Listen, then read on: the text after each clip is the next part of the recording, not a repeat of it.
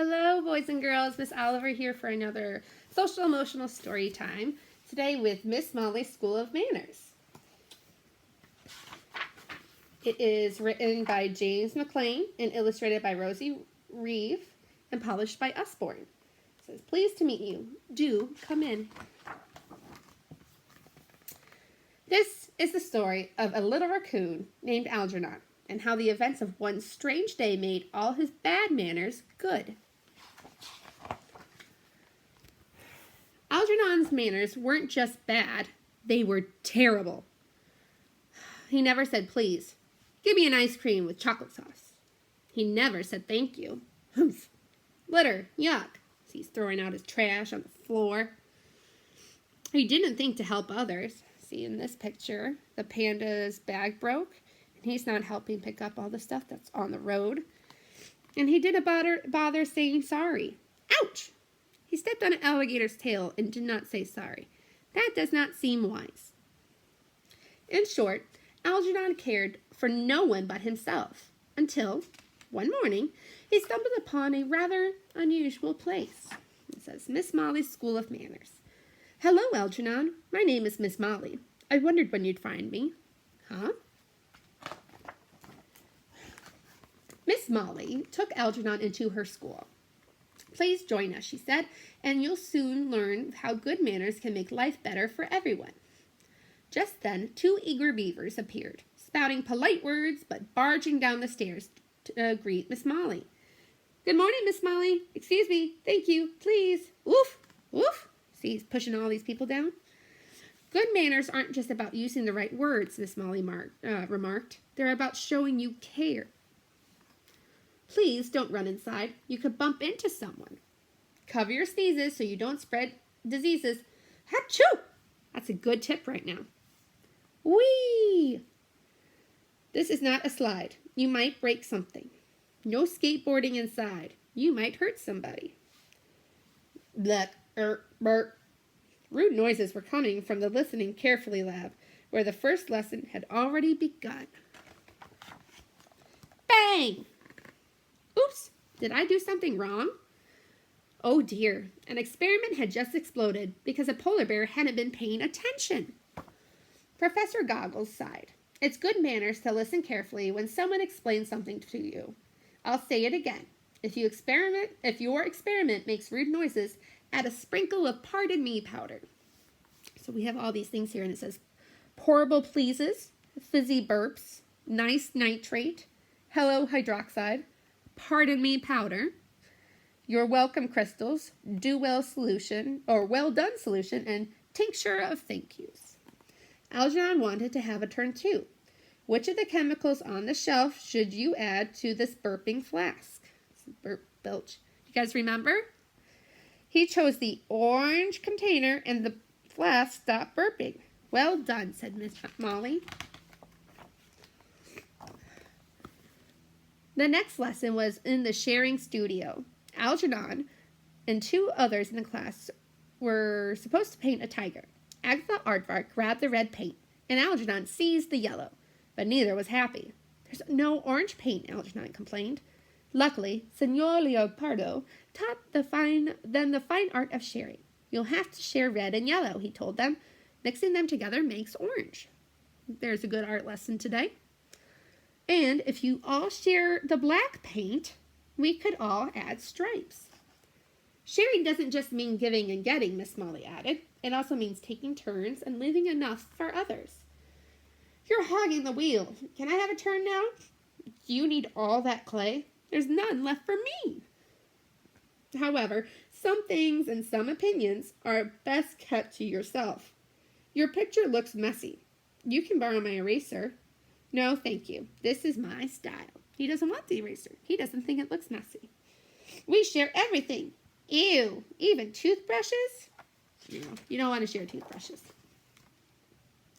For her conversation class, Madame Merci Beaucoup asked the animals to talk about their hobbies. Nobody got a chance to speak at first because a rabbit talked on, and I've got a blue model plane, two red ones, 4 biplanes, a jumbo jet. Excuse me, Ronald. You must let the others join in. Tina Turtle was too scared to take part until a considerate giraffe brought her out of her shell. Hello, I like drawing. What do you like to do? Oh, I like reading comics. You should always think about who you're talking to, Madame Merci Beaucoup advised. Speak clearly so they can hear you. I do ballet. Pardon? What did she say? But not too loudly, of course. I love to sing! My poor ears. Was it necessary to shout? Miss Molly asked. Definitely not, said Algernon, who had learned another lesson. It was time for everyone to go outside to play. 2 animals sat unhappily on the swings. They weren't able to swing until one of them had a bright idea. I could push you first, and then you could push me. When the mice lost their ball, they knew how to use good manners to get it back. Could you reach our ball, please? Happy to help. Algernon barged wildly into a game, knocking everything down and upsetting the players. Crash! Oh, Algernon. But I wanted to play, he protested. Perhaps you could ask to join in next time, suggested Miss Molly. Watch how Edith Elephant does it. Excuse me, may I play with you? Yes, jump in. Asking nicely worked for Algernon, too. He had fun with the others before Miss Molly announced, lunchtime! It's my favorite time. Miss Molly lugged Algernon into the dining hall of decorum. He waited patiently, but then Mrs. Buttersoft, the cook, tried to serve him some cauliflower. Yuck! I hate cauliflower, Algernon blurted.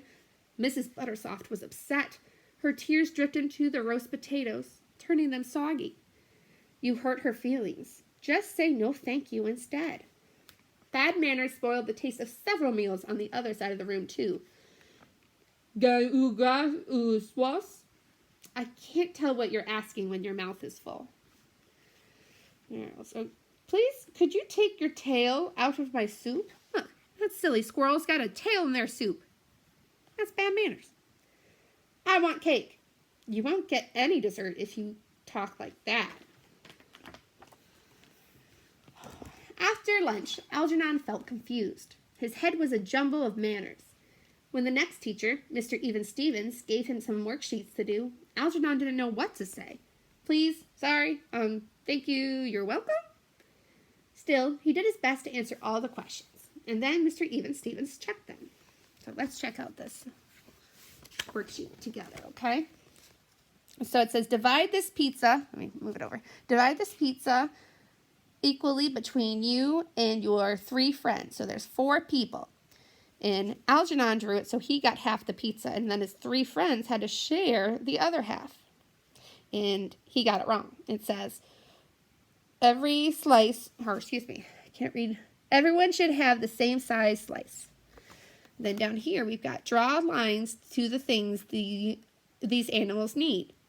So we got a sneezing rabbit, and he drew to the Kleenex. We got a wolf throwing away some trash, and we drew them to the trash can. And then we got a burping bunny, and we drew them to saying, pardon me.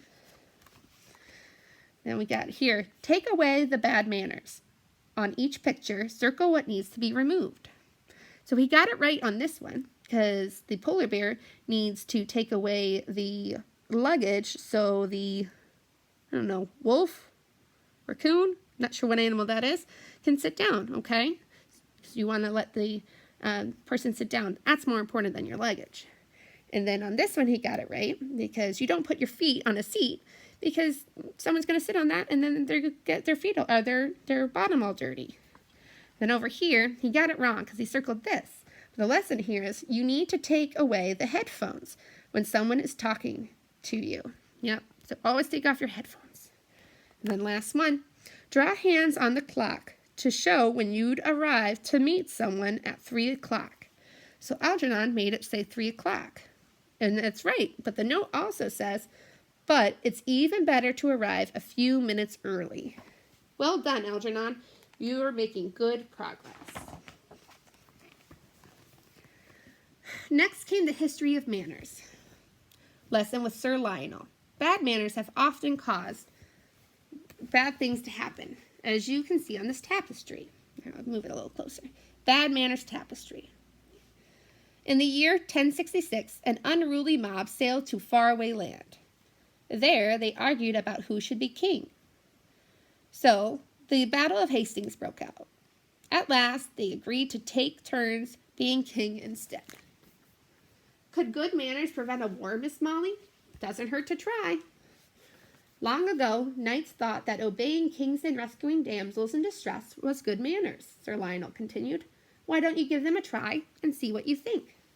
Kill the dragon! Ah! There's no need to threaten me. I'll let you pass if you say please. I don't even need rescuing. Damsels can help themselves nowadays, thank you, tutted Jessie Jaguar. These manners are out of date. But it's still polite to help anyone in need, said Miss Molly. I can't get down. Algernon to the rescue. Some good manners are correct for some occasions, and not for others, explained Dr. Almanac in the P's and Q's practice room. Why don't you try greeting the Queen, then a friend's parents? You can find a few tips on my courtesy cards. A friendly fox was a little too friendly. Hi, Queenie darling. And the courtesy card for how to greet the Queen says, bow or curtsy, and say, good afternoon, your majesty. And the eager beavers overdid it again. It's our privilege to meet you, you excellencies. Courtesy card for meeting your friends or to greeting your friend's parents. No need for bowing or scraping. Smile and say, nice to meet you. Dr. Almanac then taught the class lots of different ways of saying hello around the world. So let's see what are. In Greenland, they say alu. In Poland, they say wataj. In Japan, they say konnichiwa. In China, they say ni hao. In Thailand, they say sawatidi. In Turkey, they say merhaba. In Brazil, they say hola. In Mexico, they say hola. In Hawaii, they say aloha. Mwah! Ha ha! Doesn't Algernon look silly? Miss Molly came I skipped a part. The animals bowed, shook hands, and waved. But when Algernon tried to greet someone with a kiss, Ernest Otter teased him. Miss Molly came to the rescue as Algernon began to cry. Let's see if we can help you feel better in the sorry sick bay, she said. Algernon and Ernest had to wait in the sorry sick bay until the school nurse finished her rounds. First, she treated Mitzi Monkey and Hector Hippo, whose hot tempers had caused an argument. Well, he started it. You both need to cool down so we can talk about this. Two ill-mannered animals had been in a fight. They also hurt on the inside because they'd called each other names. Never lash out with words or punches. Next, she smoothed a parrot's feathers, which a nosy friend had ruffled. That wasn't your letter to read, dear. At last, the school nurse reached Algernon and Ernest. There's no use hiding, she said. Come out and say sorry. This is my prescription for a proper apology. And it says, apology times 1. Admit you did something wrong. Say it with meaning, no silly voices. Don't forget to use the words, I am sorry. And if someone says sorry to you properly, try to listen and accept the apology. Signed, the school nurse. After following the nurse's advice, Ernest and Algernon both felt better. Sorry is a useful word, said Miss Molly. Follow me, and we'll find some more. So Miss Molly took Algernon to the library of lovely language. Here, Miss Molly's students looked up polite phrases in the dictionaries and learned which words to use when. See you soon, and take care. Are you all right? When should I say this? Ask this if someone looks worried. I have to powder my nose is an old-fashioned way of saying I need to use the toilet. I think I need to powder my nose. Some things are best left unsaid, whispered the school librarian, who was returning an encyclopedia of insults to the secret archive. Rude words can upset anyone who hears them. One book that Miss Molly showed Algernon was called Bravos for Beginners. You can use some of these words next, she said. Did I tell you it was good sports day this afternoon? Remember, hooray and well done. Down on the sports field, some of the animals forgot their sporting manners. Zeta Cheetah wasn't playing fair, so Mrs. Claxon blew her whistle. Good sports don't cheat. Now, before you jump, please check that the way is clear, warned Senor Leopardo. A little too late. Whee! Ouch. See, those eager beavers overdid it again, and they jumped without looking, and they landed. Sir Lionel encouraged supporters who'd given up. Keep cheering, he said. Show your team that you care. Come on, Tina Turtle. After the tug of war, both winners and losers needed words of advice. Gloating wins you no friends, said Mr. Even Stevens, and grumbling doesn't change a thing, said the school nurse. We're the best. You lost. Harumph. Well said, yellow team. Well done, yellow team. But, although Algernon was on the losing side, his winning manners impressed Miss Molly. Home time had come for Algernon. You've done very well today, Algernon, said Miss Molly. Thank you, Algernon beamed. Shall I come back tomorrow? There's no need, replied Miss Molly. Keep in mind everything you've learned here, and you'll be fine. Goodbye, Algernon. Goodbye, Miss Molly. Algernon didn't come across Miss Molly's school ever again, but he never forgot the lessons he'd learned there, and life was certainly better for Algernon and everyone who met him, now that he had good manners. Hello, Algernon. Hello. How are you? May I have a strawberry ice cream, please? What lovely manners. Let me carry a bag for you. Oops, I'm sorry. And the last page. Miss Molly is reading a thank you card from Algernon, and it says, Thank you, Miss Molly. Love, Algernon. The end. And that was Miss Molly's School of Manners. I hope you guys enjoyed it. Bye.